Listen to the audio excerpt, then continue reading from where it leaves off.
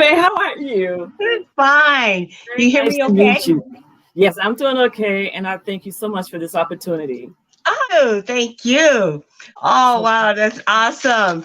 Well, welcome so much to Comfort Legacies with Faye Michelle and our book review. So we'll start with having you tell us a little bit about yourself. okay, I'm a board certified orthopedic surgeon. I've been practicing for about 25 years. I also hold a second board certification in independent medical examination. And by that, I'm a medical legal expert. I kind of sort of police other doctors and how they do their cases, especially when it comes up for lawsuits. I also have a online school called the IME Academy where I train my fellow physicians that are, disillusioned with their medical practices, become medical experts so that they can kind of have the freedom and find that work-life balance. Um, I am one of only 6 Black female orthopedic joint replacement surgeons in the country. And when I became a joint specialist back in 1997, I believe I was the second or third. And in these 20 something odd years, we've only had 3 more. So that was not lost on me. I started immediately trying to help, the young people coming up behind me find their way. I would always get questions. Even when I was in medical school, people would call me and ask me, how did you get in? Such and such tried and they don't, and I remember my first book I wrote was before the internet. And I remember going to Kinko's and making hand copies of it. And the first book was How to Get into Medical School. I wrote about the process that I went through, the courses that you have to take in college to prepare you, when to sit for the MCATs, what kind of MCAT schools we're looking for. I also wrote about minority enriched summer programs because I was a participant in the one at the University of Connecticut Medical School, and I think that helped focus me and train me in how to further prepare for medical school. So during the course of my practice, I've always had a mentoring program.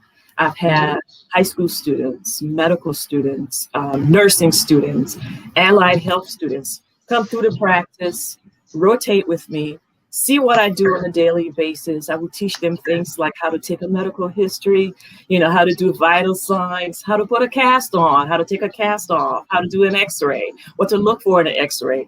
And as far as they went, it was just what bones to identify on the x-ray, because of course I teach them how to read. And that's always been fun. So when the pandemic started, I had some free time on my hands. And one of the things that stayed with me was the fact that even after my sophomore year of college, I attended the University of Connecticut undergrad. I would be the only one in these upper level science classes. I would look around the room, and I remember one day I skipped class, right? And I came in the next day, and my professor said, "We missed you yesterday." And I remember looking at him laughing and saying, "What gave it away?" Because I was the only Black person in the class. So it was obvious that I wasn't there that day. So even when I go to my conferences, I'm usually the only one, sitting in the room, or one of very few. So I thought about the first time I saw a Black physician, because growing up in Waterbury, Connecticut, there were no role models that I could kind of picture myself, in that position. I thought about it, and the idea for these books have been swirling in my head for years. I just never had the time to sit down and put my thoughts to paper. And the pandemic presented that opportunity. So when last March, when my office had to shut down for about 6 weeks here in Maryland, because as an orthopedic surgeon, the office was not an essential place for people to go. So we shut down here. And here in Maryland, we were really strict. So I was off between March and late April. So that gave me plenty of time to write down my thoughts and start this process going and started thinking about what I wanted to do with it. Okay. Because it's not just, I don't just want to sell the children's books. I want to actually start a movement.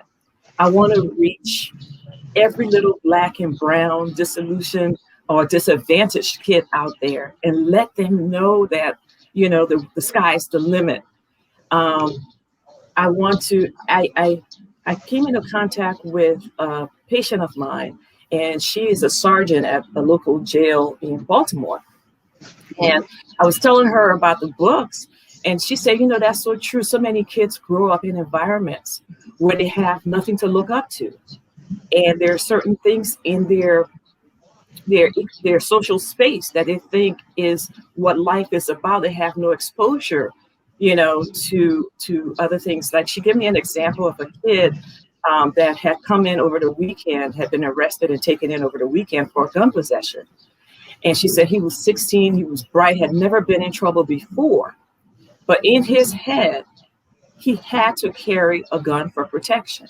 Exactly. Because everybody around him did. And he just happened to be picked up on the street. He wasn't doing anything, you know, he was just profiled, picked up, they found the gun, and they took him in. So she said she counseled him that weekend and told him, you know, this is not what life is about. You can do this. You can become a doctor. You can do this. And he said, nobody in my family ever done that. People gonna laugh at me in the hood. You know, if I tell them I want to be a doctor, you know, I'll become a mark. So she said that. Yeah, let him out of prison. And what did he do? The first thing he did was find somewhere where he could get a gun on the black market. So he's walking down this alley. He has the gun on him. And, you know, he sees the police and starts running. So then they give chase. And then he went to try to throw the gun away and was killed. No. That was such an awful story. I cried with her, you know, and she told me, she said, you know, when you get this movement going, please reach back out to us and see how we can work with you. So it's not only about kids becoming doctors. It's not only about kids becoming lawyers, but we just want kids to know that there's something else out there, that if there's an opportunity, you know, that there's the sky's the limit, that they have all the opportunity in the world. And if they're not exposed to it, you know, they would never know. And by writing these books, you know, well, let's just go back to medicine for a second. Less than 5% of all physicians are Black. Yes. Brown. Okay. So it's not likely that every Black and brown child is going to see a Black or brown physician that it can identify with. You know, so that was one thing. And I said to myself, you know, representation matters. And when a child can see something that they, you know, identify with, then it changes the psyche of that child. They want to aspire for more. So I started looking at children's books, because I started thinking about how can I reach the younger kids? You know, I have the high school kids, you know, and laugh at me because I said I have about 80 kids I didn't give birth to. You know, they're calling me from college. I'm taking them for driver's license. You know, it's fun though. It's fun being with them. And with the younger kids, I was trying to think of how I could reach them. And then I thought about writing the books in their likeness, you know, and hope that they will identify with the books. And I started with the My Doctor Looks Like Me series just to kind of test it out. But I've already written My Lawyer Looks Like Me. It's just not published yet. My Vice President Looks Like Me. My president looks like me. Yes, and I'm just going to go on from there. Then we're working on starting a book club, where the kids can come in, and one of these professionals there, you know, whether it's the doctor, the lawyer, you know, whoever is there, they can come in and interact with them on a one-on-one basis, so that it's not so foreign. It's not such a foreign thing that, oh, I know a doctor, you know, yeah, I know a doctor. I met Dr. So-and-so. I'm going to be just like Dr. So-and-so one day. And that's the purpose of my books. Yes.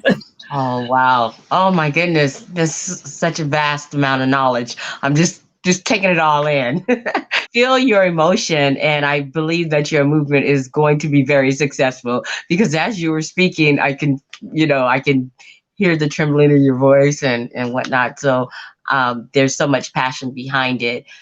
Just listening to you and identify with a lot of what you're saying. I used to be a correctional counselor at a juvenile Okay. hall, and the juvenile hall.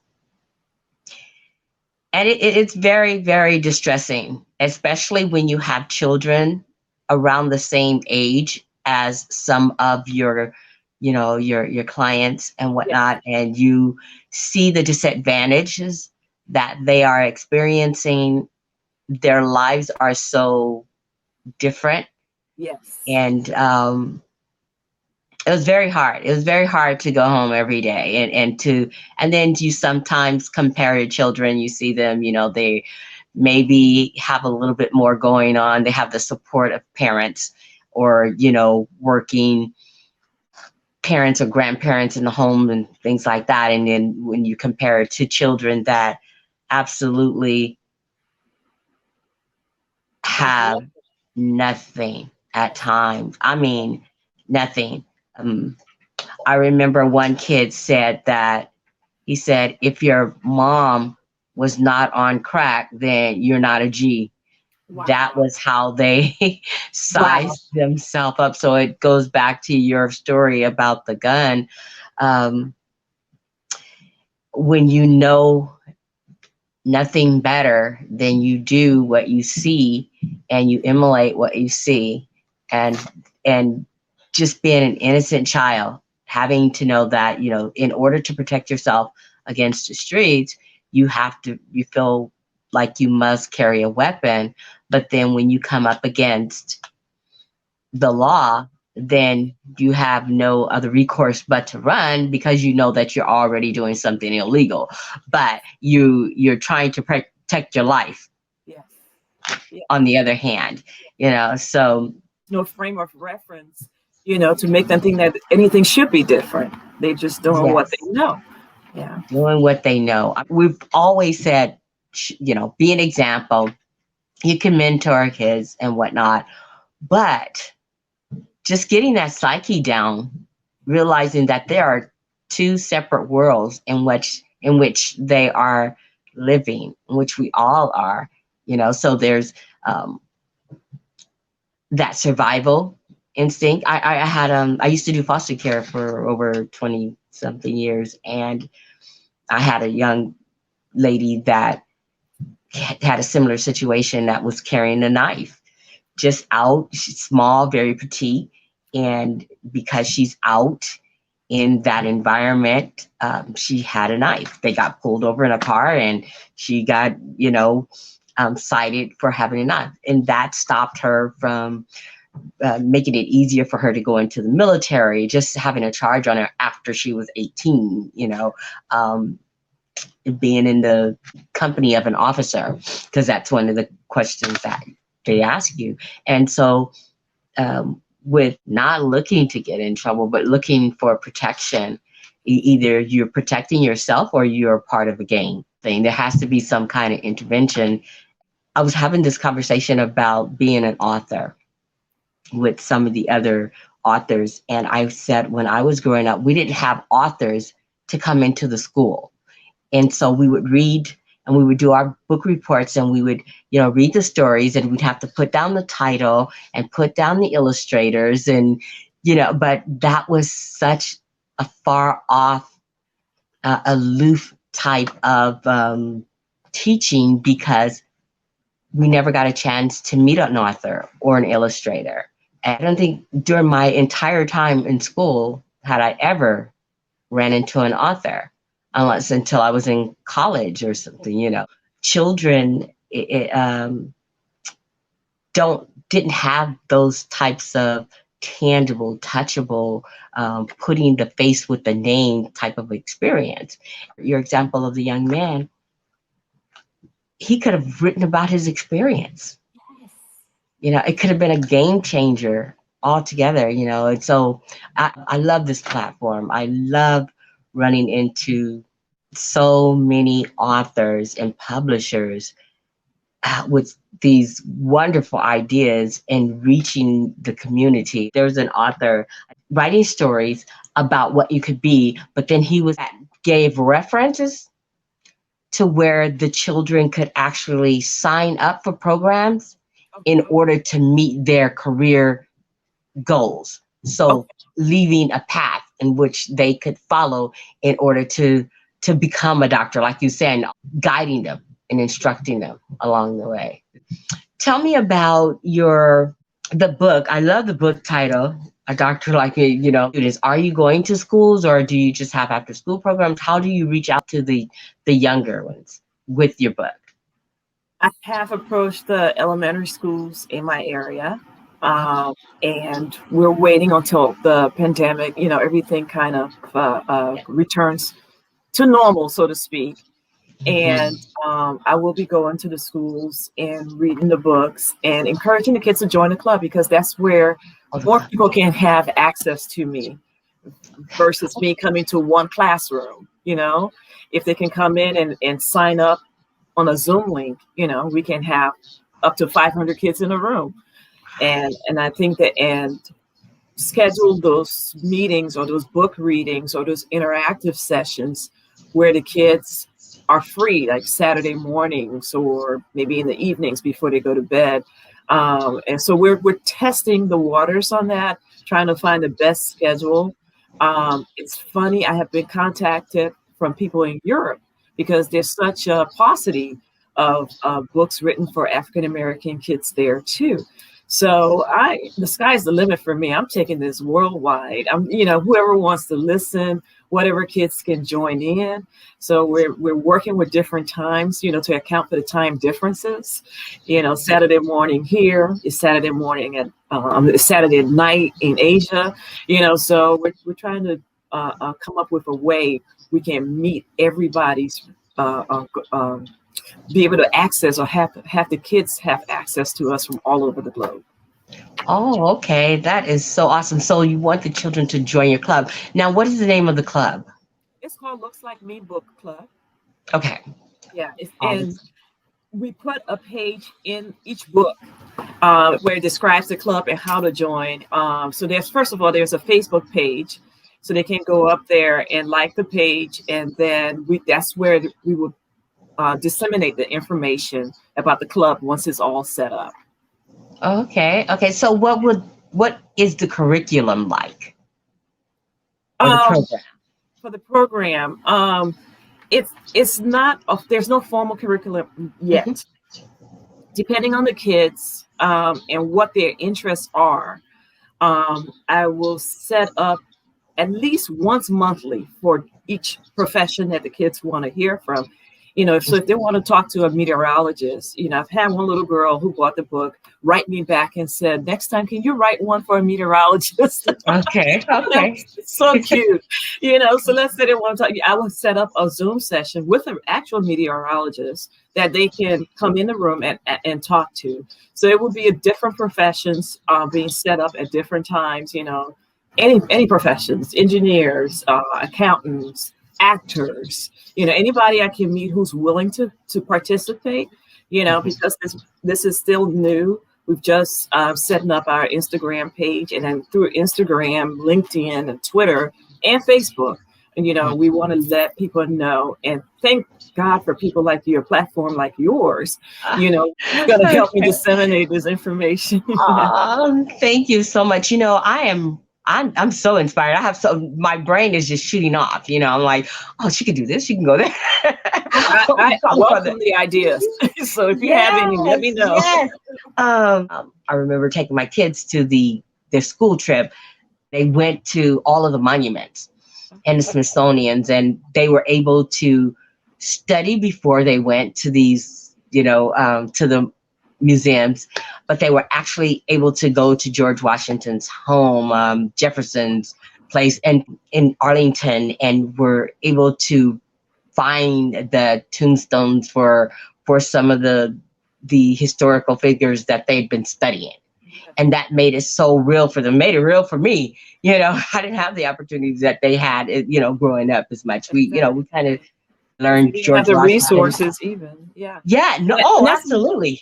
that's an experience those kids would never forget. They Oh, would yes, never yes. forget. Oh, Yes. no, it changed their whole trajectory because they believed actually that they could be, Yes. just Yes. simply because they knew it was real, Yes. you know? And I'm still in high school talking about, well, did George Washington really cut down the cherry tree? You know, whatever.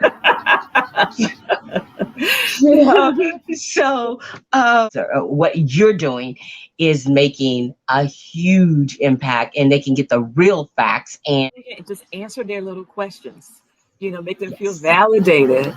yes, Make it a absolutely. unforgettable experience that they can take. Yes. Did you self-publish your books, or did you go to a traditional literary agency? No, I self-published. You I self-published. self-published. I've Okay. written books previously about orthopedics and medicine and for burnt out physicians.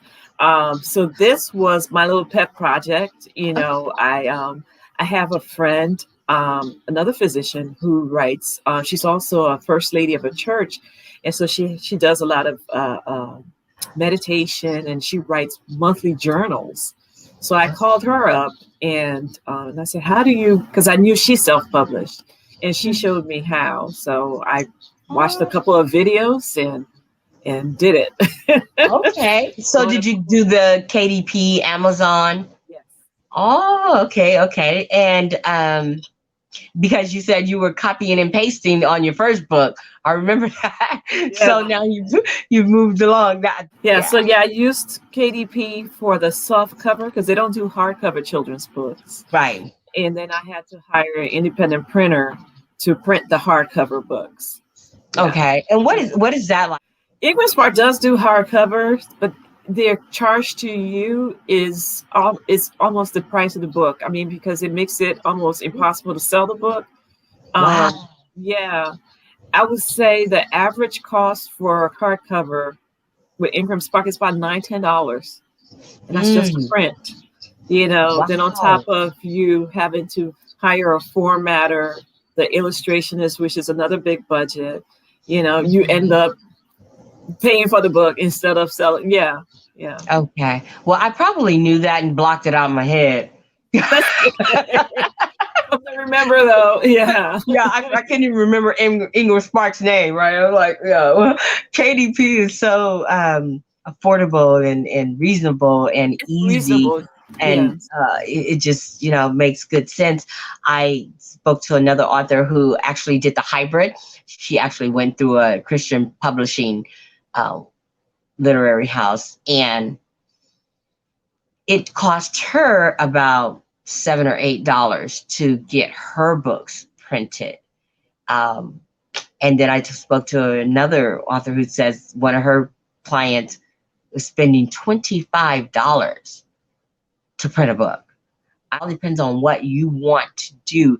Or is it that you want to sell your books? Is it just that you have something burning inside of you and you want to get it out of you?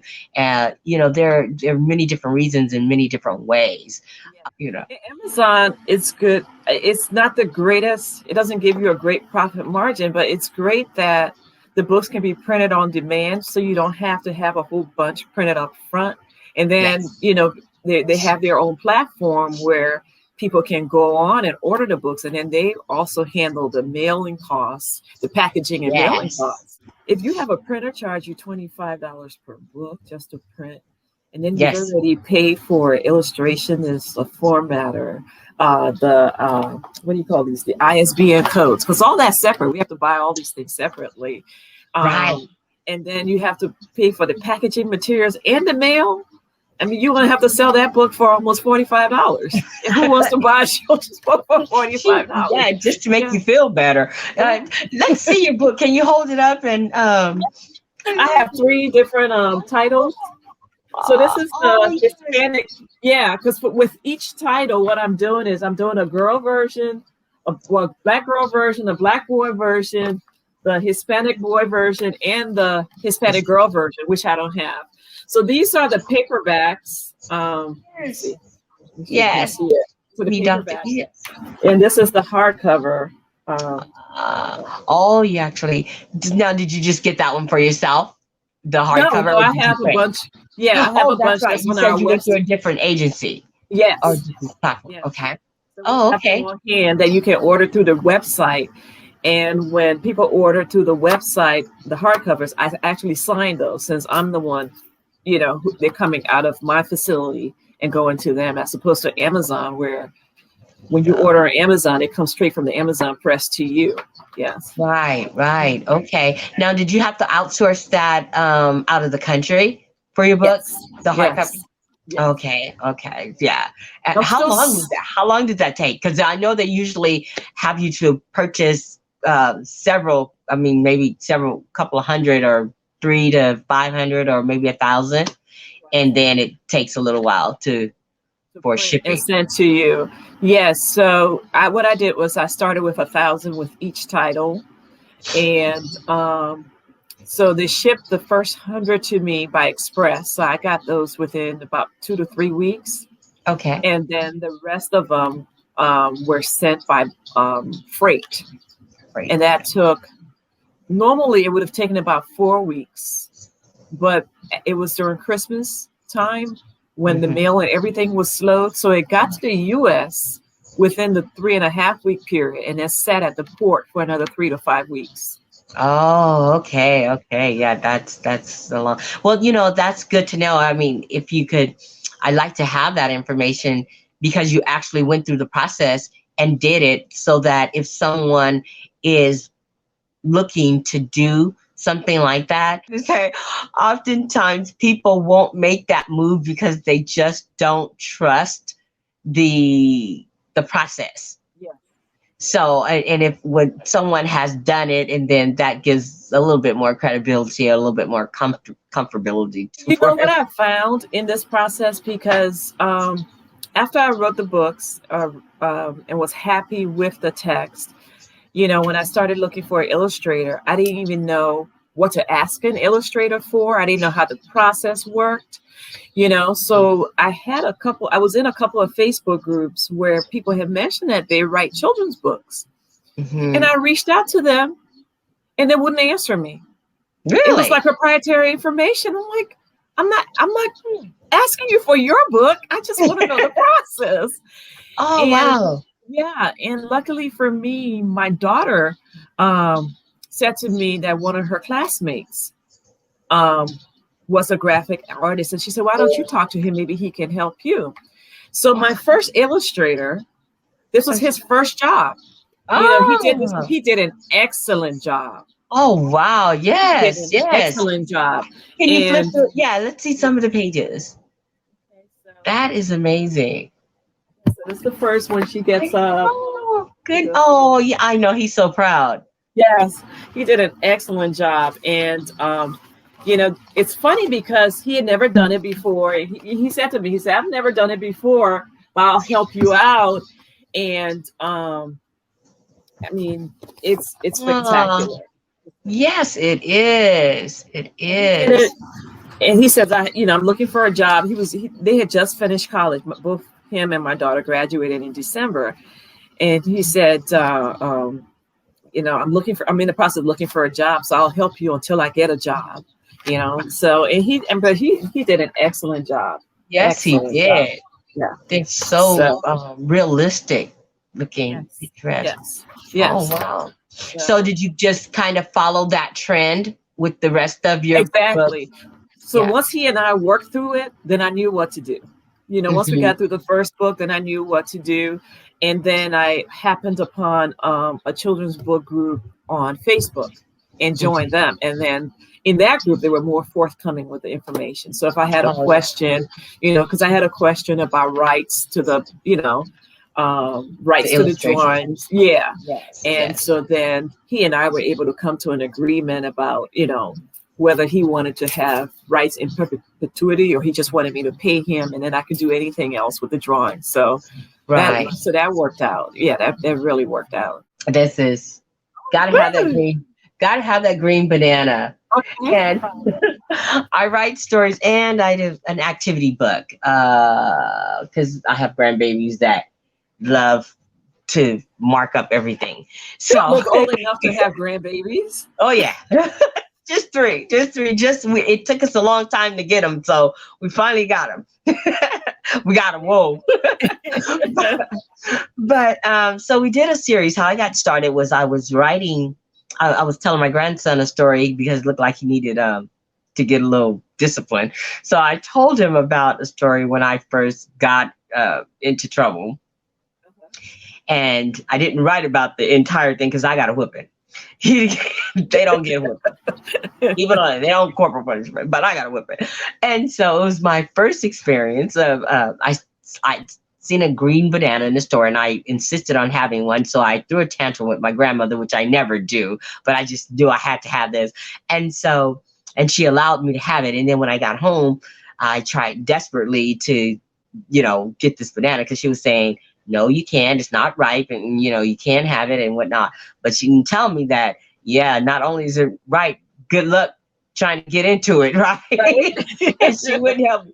And so, and she, warned me, I'm gonna get you when I get home, So, and I hid behind the door, and so I shared the story with him, and he wanted me to just tell that story over and over and over again. So I decided to write it down, and then he would read it because he's an avid reader. He was 3 at the time, but he could just really read. And I was like, good, that'll keep him busy while I'm doing something else, right? And then so the opportunity came about, Pierre always wanted to write some, but I never thought it would be children's book. And I was in a group and listening to different just creators of different things. And an author was on that platform, and she had written a book for her husband, or had published a book for her husband, one of his children's books when he was in elementary school. And so so she published a book for him as a surprise, as a birthday surprise. And so we got together and I told her, about the book, and it was history from then on. And so she kind of helped me through that process. But I was so anxious until by the time she got the one book done, I'd already did 3.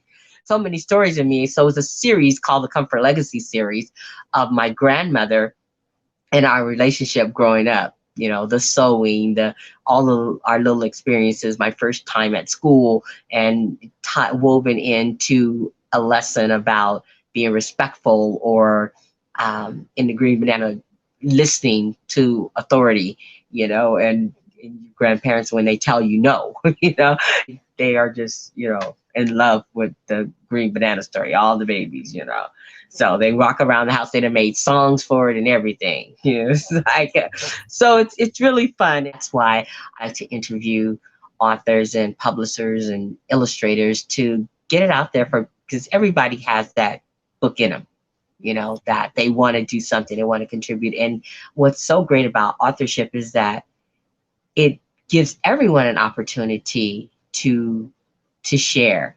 They may not, I'm not saying you're going to be the bestseller or whatnot. I mean, it's a business. There's a business aspect of it. But if you never get to the first base, you'll never know that, you can go further. Yes. And, I've always admired and looked up to authors. And I just thought it was something that special people did. You expect it. Doctors, lawyers, engineers, or science, you expect that they would be authors, even if they wanted to. It's just because if they want to, they just can, because they are an authority on a matter of something, but most people don't feel as though that they have any authority. What you're doing with the books and all, and bringing that professionalism to the child and whatever, don't forget to tell them about the books. You can be an author too. Don't forget to, True. Yes. Because my author looks like me. That's a good one. Yes, absolutely. Okay. Because that's my passion. That's what I'm doing here. So I think that would be awesome. We're checking out different platforms, so that, because we want to automate the process. So that's, Absolutely. Yeah, people can come in and then just sign up, and then have everything online where they can, once they sign up, then they're granted membership access to moving to the next page, where they can then see the calendar, see what's lined up on the calendar, and sign their kids up for it. Yeah. So Oh, all that's being put together, and I'm not technical. I'm just a surgeon. yes, yes, yes, yes. We need you on that one too. Oh Yes. man, this is so awesome. Well, is there any parting words or something that you can impart to our audience about self-publishing or just being a creator in the authortude world? Right. Anything that you have an idea that you want to share with the world, don't hesitate, because it's really a very easy process once you learn how to do it. And KDP has afforded everybody that ability. Tell your story. Don't be shy about it. It can be done. It's not as hard as you think it is. And there's always somebody you can help with your story. There's somebody's out there that's waiting to be helped by your story. So don't hesitate at all. Oh, that is awesome. There's a billionaire I was listening to when he said someone needs to hear your story. Only you can tell your story. So yeah, I appreciate that. There's so many people that I have in mind that I would love to just, join in with you or just impart any wisdom that they may have or whatnot as well, because I help you with your platform. I just really would like to have us all be able to help one another in some form. Where I might be lacking, maybe something or so. Oh my goodness! Well, it's been just such a great time with you, and yeah, I can't wait to do this again. I wish you so much success in all that you're doing, and we'll be Definitely. signing up those little grandkids. We will do this again. Definitely. Yeah, let's stay in touch. Okay, thanks, and I will talk to you later. Bye bye, doctor.